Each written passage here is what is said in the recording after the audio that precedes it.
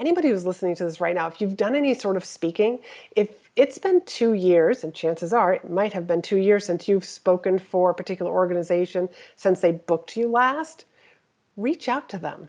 Every couple of years, reach out to those people. I guarantee you, if you reach out to the places that you've already been booked at in the past, if you reach out to them, they will probably take you up and rebook you, and you could have a few bookings on your calendar this afternoon. Welcome to the Become a Media Maven podcast. Today you are hearing from Laurie-Ann Murabito. She is a speaking strategist, and I really like this episode because this episode is for any kind of speaker, whether you're a beginner, you've done a few things, or you're like on the circuit regularly. She is going to break down how to find speaking gigs, how to find the organizer, how to reach out to them, and how to get paid. Like whether you're getting paid on the front end by getting paid to speak or the back end by selling something. And then she also talks about hiring a speaking agent, what to include in your contract, even if you're not getting paid to speak, why you should have a contract, like all of the things. It's really good. I think you're really going to like this episode. I'm going to link to everything in the show notes per usual. If you have not already, please tap that subscribe button. And if you know anybody who wants to speak more, or maybe they have spoken at a local networking event, or they are a guest on podcasts, please share this episode with them because it is like full of so many good, tangible takeaways, 12 to be exact. So let's get to it. Here is Laurie-Ann. Ever wonder how some people seem to get a ton of media coverage and you don't? Welcome to Become a Media Maven, where TV reporter, host, and news contributor Christina Nicholson shares years of media experience to help you get the media attention you and your business deserve. And now, to help you master your media coverage, Christina Nicholson. Laurie-Ann, welcome to the Become a Media Maven podcast. Thank you. I'm excited to be here and have this conversation. I'm excited to chat with you. You are a speaking strategist. Tell me what exactly a speaking strategist does. Well, I like to help people use speaking as their best form of marketing because it builds that know, like, and trust instantly, along with positioning you as an authority. Too many people think that, oh, I'll hire a speaking coach that's going to help me with my speaking skills. But as a strategist, I look at it as like it's a package. It's not just the speaking skills. It's also what you say. It's how you say it. It's your signature speech. I love that. And what kind of people do you help? Like, give me some examples of some work that you've done with people before and like what their outcomes were. What their outcomes were. Oh gosh, how long do we have this show for? Just pick a couple of the faves. All right, I will pick. Let's see. I work with online entrepreneurs, coaches, and consultants, but also I've had several service-based businesses along with careerists. And when I say careerists, they're using speaking to help them in their career build their personal brand. One woman that I remember working with, she had just decided that she was going to conquer her fear of public speaking, told her friends that, and they were all like, really? You hate public speaking, you're shy, you're quiet. She came to work with me, she gave her first presentation, wasn't nervous, wasn't scared, and from there, she actually got paid to write a book, had an influencer write a big article about her, and also ended up on TV, along with getting speaking gigs after that. And that was all in a service-based business as well. So that's sort of what my clients end up with. They end up speaking, and all of these amazing benefits that really can come from speaking, just like those doors opened for her. I love that. Okay, so I want to get into specifics on where to find speaking opportunities, how to approach decision makers so you get booked for them. So this is not for somebody learning to become a speaker like for the first time. This is somebody, they've done a few podcast interviews, maybe they've spoken at a couple of local networking events, things like that, and they want to step it up a little bit. So what is the first step? And if you want to find more speaking opportunities, and we'll say the goal is to get more clients. Like it's almost like doing a podcast interview. You want your ideal customer or client to hear you and then to come back to you and want more and maybe be the initial part of a sales conversation. That's the goal. Great. This is almost like, I feel like an investigator right now. So the first thing I would tell people is, where are you already hanging out? So work in your warm market right now. What associations do you already belong to? What memberships do you currently have? If you've, like if you're working one-on-one with clients, if you're working with groups, I mean, have that conversation with people about like, hey, what conferences do you attend? What associations are you a member of?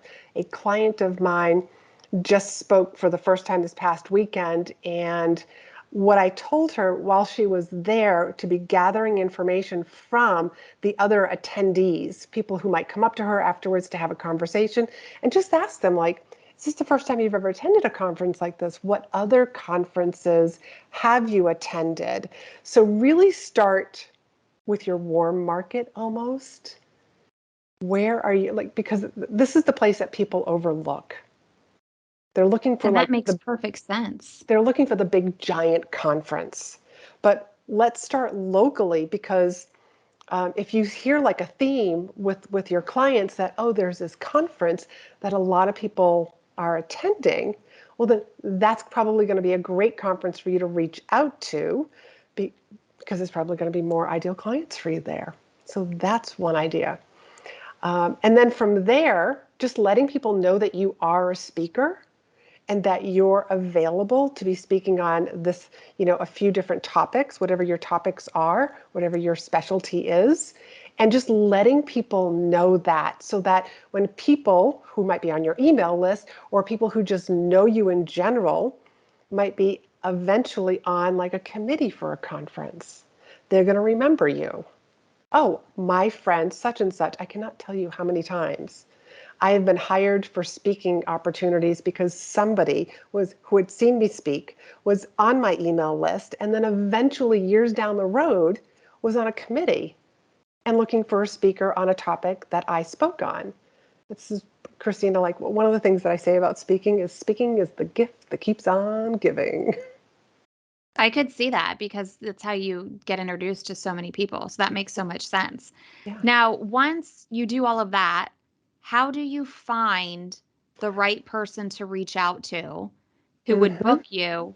And once you find them, how do you reach out?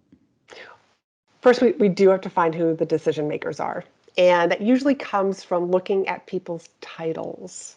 So you're looking for like program coordinator, education, meeting planners, conference organizers.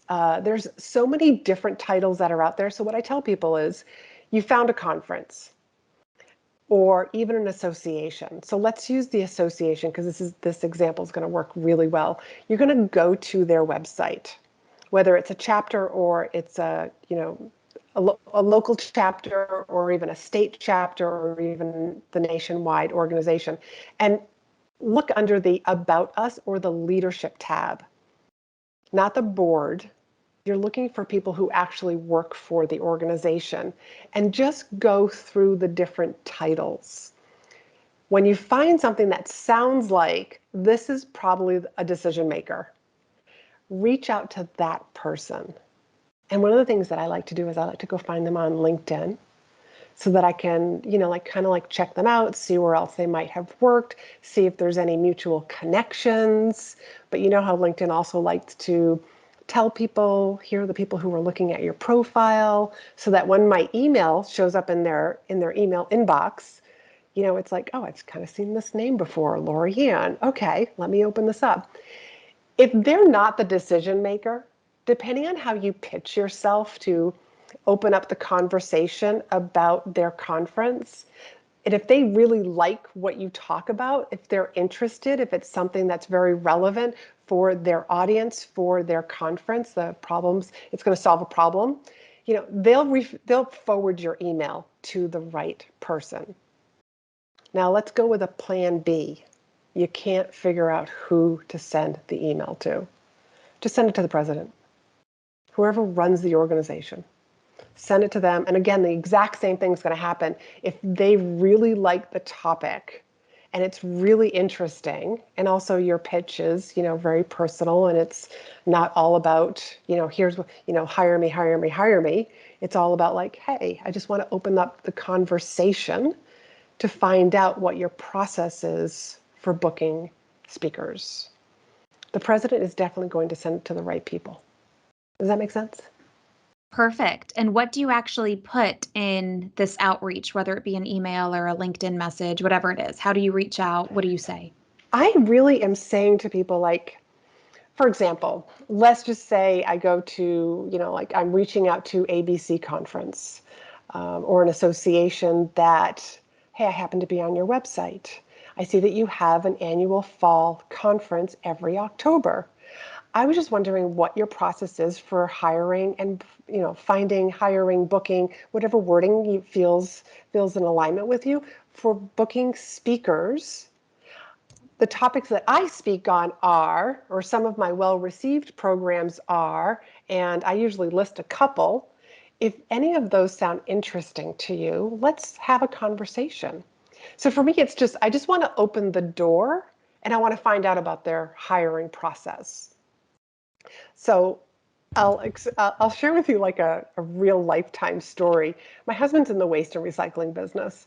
And I went with him to a plastic conference that was being held in Dallas, Texas. And the couple of times whenever I've gone to conferences with him, I'm always looking at the agenda. And I noticed, and this was, Christina, this was back when I was speaking on leadership and corporate engagement. There was no programs on leadership. And the people who were attending this were all like CEOs and VP levels. So they would be interested in leadership talk. So my husband introduced me to somebody. He said, like he'll know who to introduce you to. Literally brought me to 4 men who were standing and just chatting. And he said, talk to him. And I said, so I started my verbal pitch about like, hey, this is what I noticed. This is what I do, and he sort of ignored me. But the gentleman that was sitting next to him said, I run a business conference every year. It happens to be in April. I've already got all of my speakers, so I don't need any more speakers. The next question out of my mouth was, when do you start planning for the next year's conference? He said, November. I said, I'll reach out to you in October.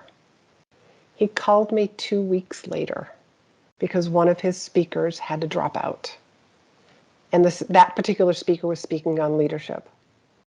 And so I ended up going to Vancouver to speak for his conference. And then again, speaking of the gift that keeps on giving, there was a gentleman in the audience who hired me to come into his company, and I did a couple of events for him and his leadership team. Okay, perfect. Okay, so far this is really good. We know how to find the places to pitch, we know how to find the organizers, and we know how to pitch them. Now, after you have the conversation, when they tell you about their process for booking speakers, then there's the whole, do I give them a rate? Do I ask them what their rate is? Do I assume they're not paying? If they're not paying, can I give them an opt-in to build my list? Can I make an offer to sell something? How do you God, navigate like that?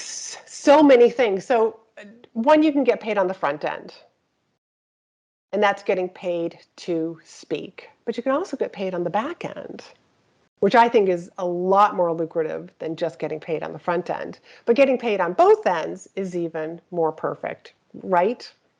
Wouldn't you like to get paid to speak, but then also walk away with a few clients or other speaking opportunities? Well, let's learn how to do that. One is be really good on the platform. Really good on the platform. You don't want to be just the motivational rah, here's my great story. You want to be somebody who is what I call the marketer speaker. You're speaking, you're giving value, but you are also converting the audience. Because my goal for all of my clients is that they step off the stage to business cards being handed to them. Either I need to hire you for myself, or I need to bring you into my company, or I'm on a committee for another conference that's next year. I'd like to have you speak there to have this. I mean, it literally can snowball. So that's one way, is like, let's get you paid on the front end. And you have to look like a paid speaker. Bottom line, let's make you look like a paid speaker. So that means also having photographs of you speaking in front of an audience. Pictures of you engaging with the audience, not just on stage. But if you're speaking on Zoom, I tell people, like, get pictures of you speaking on Zoom as well. Get a family member just to like snap a couple of pictures. Because speaking's more than just stages and Zoom. But a meeting planner's job is to make sure that you're not going to crack when you're in front of their audience. When you think about it that way, they have a lot on the line. So if I can go to your website and I can see pictures of you speaking, if I can see video of you speaking, then that just makes me, as the meeting planner, just say I'm your meeting planner, I'm going to exhale like, okay, she's good. She's not going to crack. She's going to make me look good. And that's what your job as the speaker is, to make whoever brought you in look like a rock star.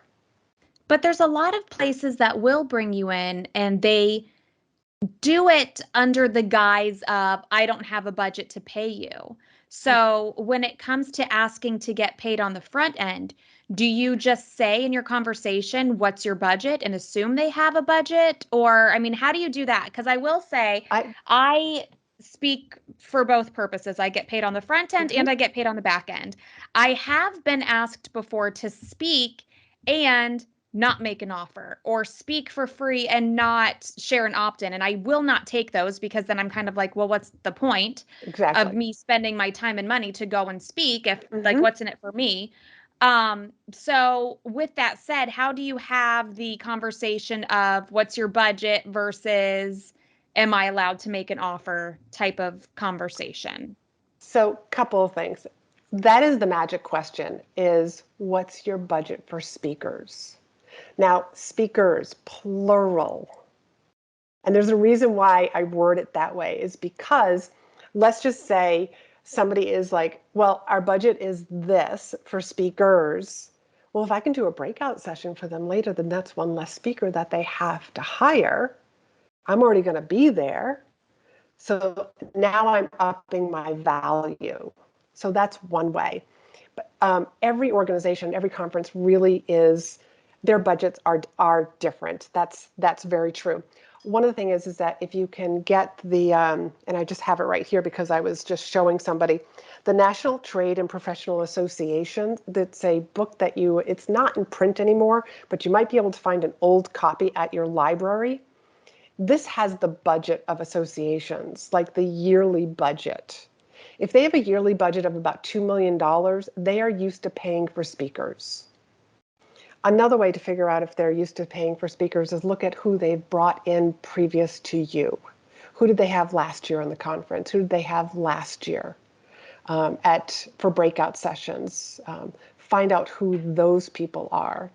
That'll give you a sense of whether or not they're paying for speakers. As far as making an offer and being able to pitch people to be, like on your email list, yes, there have been a lot of places who just say no pitching. And the reason why they do that is because they got burned before.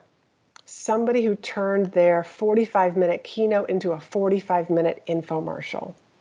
And the members are the ones, the members or the people that are in the audience who bought a ticket, like, they have a right to complain about that. They probably didn't learn anything. So unfortunately, we're paying the price for those people. But the way that I teach my clients to do this is really to be planting little itty bitty seeds throughout your presentation. So that even if I'm not able to make the audience an offer, they know, oh, Laurie-Ann has a podcast. Oh, Laurie-Ann works with clients one-on-one. Laurie-Ann has a group program. So now they're picking up their phone and they're doing research and they want to know more, so that if I'm not able to actually make that offer, they're actually going to be reaching out to me about that offer. Does that make sense? Yes, totally. And I have done that before as well, depending on where I am Mm-hmm. speaking. Now, what if you want to take one of those jobs where maybe you can't make an offer, you can drop seeds, but there's travel involved? So then now money is coming out of your pocket, or if they want you to pay for a ticket to the event that you speak at. Oh, I just say a hard no. Just like Yeah. just like we were talking about. Unless, there's some sort of incentive. So I'm not a fan of speaking for free. I am a fan of speaking for no fee. There's a difference. Free is no value. No fee, there is still value. So even if you're speaking for no fee, I tell my clients, make sure you still send over the speaker agreement. They have to sign that. Because the reason, even if they're not getting paid on the front end, it lets them know how much of a discount they're getting. That's nice. So then do you Yeah. pay for, you said it's a hard no if they want you to pay for a ticket to the event and speak, which I think is ridiculous. I was Yeah. invited to do that this summer. I Mhm. was like, I'll come. It's a nice hotel. I'll bring the fam. We'll play in the pool. I'll do my speaking. And they were like, oh, but you have to pay for a ticket to the event. And we're not paying you to speak. I'm like, okay, bye-bye. No, that's not Yeah, happening. if you can't give me something, there's always going to be an exchange of value. I'm like, what does a ticket cost them? Nothing. Nothing. They should be giving that to you, in my opinion. Um, what's another one? Oh, I had to say a hard no to somebody. I actually had to walk away from an event because the woman refused to sign my speaker agreement. Because in the speaker agreement, they weren't paying me on the front end. I was like, you have to write me a testimonial, and you have to refer me to 2 other organizations that would benefit from my message, from my talk. That's And good. she actually said to me, I don't have time. Yeah. So you know what I said to her? Well, I I said, don't have time either, lady. that's exactly what I told her. And she was Wow. like, what? I said, I'm sorry, I won't be able to speak. And I immediately sent an email to the president of the organization and asked her to please call me as soon as possible. I did not expect the conversation to go that way, but it did go that way. And I just wanted the president to know, like, just in case there was a change in the story. And And tell me that the conversation. We will president, digress she for was this. she was shocked. She was like, I am so embarrassed. I am so sorry that this is the impression that you have of, I was speaking for an HR organization, that this, and it was like their yearly, like, full day conference. And I was doing like an hour and a half. I had already put in so much work with the other team of people. Like, we were taking both of our talks, making sure that there was synergy and they worked together so that they could make call outs about my presentation and I could make call outs about their presentation. I mean, it was like the lemon on the water glass in the fine restaurant. And it didn't happen. And the president was like, I was so looking forward to your presentation. Did she try to like wheel you back in and No, make it right? no, she didn't. Wow. And the guys that I was kind of like co-doing this with, I just called and I told him, I said, I had to step down. Too many hoops to jump through. And she doesn't, I mean, what's a testimonial? I'm taking, even, like we were just talking about, like, hopping on an airplane to fly somewhere. This was me driving across the state here of New Hampshire, speaking somewhere, but it doesn't matter. The fact that, like, I had reserved an entire day to Mm-hmm. speak at somebody else's conference. So if I reserve an entire day where I'm not getting paid to speak, I'm losing money. That's all there is to it. I was going to sell books in the back of the room.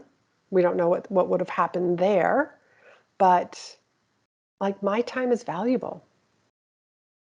Yeah. That's amazing. Okay, well, what a good story. Thank you for sharing, Laurie-Ann. That's a So, good story. well, and I share that because I want people to understand it's okay to turn, like, if it's not working out, just to say this isn't good. Let me refer you to somebody else. That would have been another solution too. I mean, in this particular case, I wouldn't have referred anybody because she didn't have time to write a testimonial. Yeah, that's wild.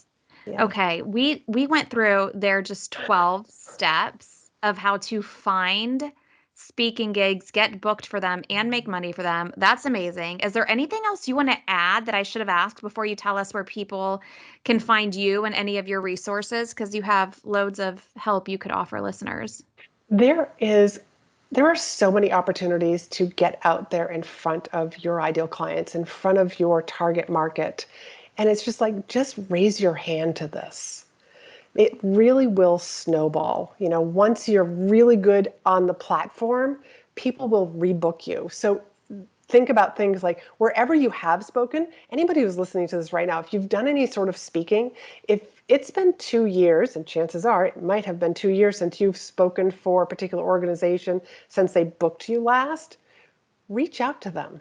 Every couple of years, reach out to those people. I guarantee you, if you reach out to the places that you've already been booked at in the past, if you reach out to them, they will probably take you up and rebook you. And you could have a few bookings on your calendar this afternoon or whenever you're listening to this. I have one final question that just popped in mind. What do you think of speaking agents? When it's the right time. A lot of people try to hire an agent right out of the gate. And they need to see, like these are people that are representing you. And if you haven't done that much speaking, then they don't have much to go on. Does that, you know what I mean?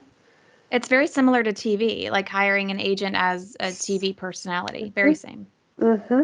So I tell people, like, get out there. You have to learn how to pitch and sell yourself. If a meeting planner is going to spend $10,000 to hire you, they're going to want to talk to you. If they've never spent more than $5,000, and this is the first time that they ever pay for a speaker, they're going to want to talk to you, not your agent. Yeah. Mm-hmm. That's funny. When I asked for a raise at my last TV job, my news director was like, "Yeah, I talked to your agent. Your agent had no clue what you did here." Like my agent, like I've had 3 different TV agents and they were all terrible. And like I was a weekend anchor and he was like, "Oh, well," said something like totally oblivious to the facts. And she was like, "You could have negotiated your raise a lot better than he could." And I'm like, "Yeah, you're right." Yeah. Because yeah. So that Yeah. makes sense. That makes perfect sense. Yeah. Okay, Laurie-Ann, I will Yes. link to your LinkedIn in the show notes for this episode so people can find you there.